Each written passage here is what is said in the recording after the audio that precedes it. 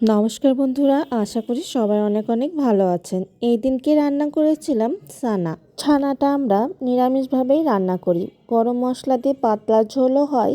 আজ আপনাদের সাথে শেয়ার করব শাশুড়ি মা যেভাবে ছানাটা রান্না করে সেইভাবেই আমি এই দিন রান্না করেছিলাম। এটা যেহেতু একটু মশলা বেশি রান্না, শ্বশুর বাবা আবার গরম মশলার পাতলা ঝোলের ছানাটা ভালো খায়, আমরাও ভালো খাই।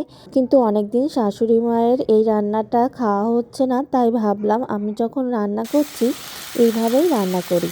আর শ্বশুর বাবার জন্য আলাদা করে পাতলা ঝোলে রান্না করেছিলাম, যদি এইভাবে না খায়।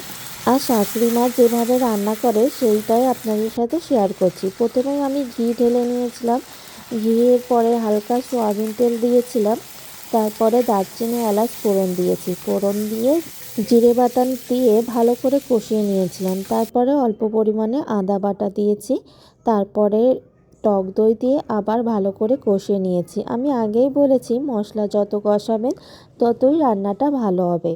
আর তারপরে ক্যাপসিকামগুলো ডুমো ডুমো করে কেটে নেওয়া হয়েছে, সেইটা আমি একসাথে মশলার সাথে কষিয়ে নেব। ক্যাপসিকাম কিন্তু ভাজা লাগবে না, ভাজলে আবার কিন্তু অন্য কালার হয়ে যায়, সেই জন্য মশলার মধ্যেই দিয়ে দেবেন ক্যাপসিকামগুলো। তারপরে ঝাল বাটাটা দিয়ে দিলাম, ঝাল বাটা দিয়ে তারপরে ভালো মতো করে কষিয়ে নেব। কষিয়ে নেওয়ার পরে বাদাম বাটা দেব।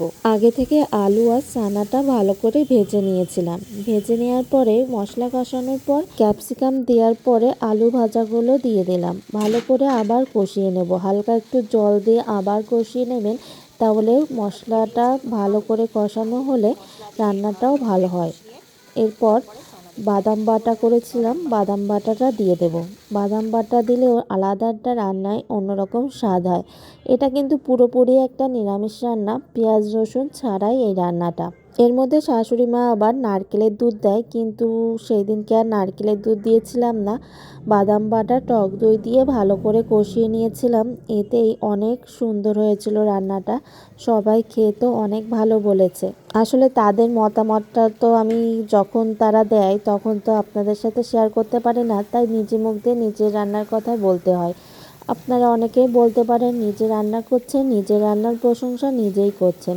আসলে তাদের ভিডিওটা তো আর আপনাদের সাথে শেয়ার করতে পারছি না, তাই নিজেরই বলতে হচ্ছে। না বললে আপনারা বুঝবেনও বা কী করে। তারপরে ছানাটা দিয়ে দিলাম, ছানাটা ভালো করে কষিয়ে নিয়ে অল্প পরিমাণে জল দিয়ে লবণ মিষ্টি দিয়ে দেবেন। এই রান্নায় কিন্তু হলুদ দেবেন না, হলুদ বাদেই একটা রান্না হবে। আর খেতেও অনেক ভালো হয়েছিল। সেদিনকে রাতে তো আমরা সবাই ছানা দিয়েই বেশ খানিকটা খেয়ে ফেলেছি, মনে হচ্ছিলো ছানা দিয়েই সবটুকু খেয়ে নিই।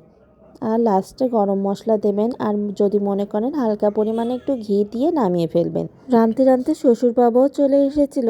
বাবা এসে বলছে যে কি রান্না করছিস, ছানা রান্না কত দূর, পাতলা ঝোলের রান্না করিসনি? আমি বললাম হ্যাঁ রান্না করেছি, পাতলা ঝোলও করেছি আর এইভাবেও করেছি। বাবা বলছে দেখে তো ক্যাপসিকামের এই রান্নাটাই বেশি ভালো হয়েছে, এইটাই খাবানি, তাই বলে চলে গেল। এই তো, ভালো থাকুন, সুস্থ থাকুন, টিনা লাইফস্টাইলের সাথেই থাকুন।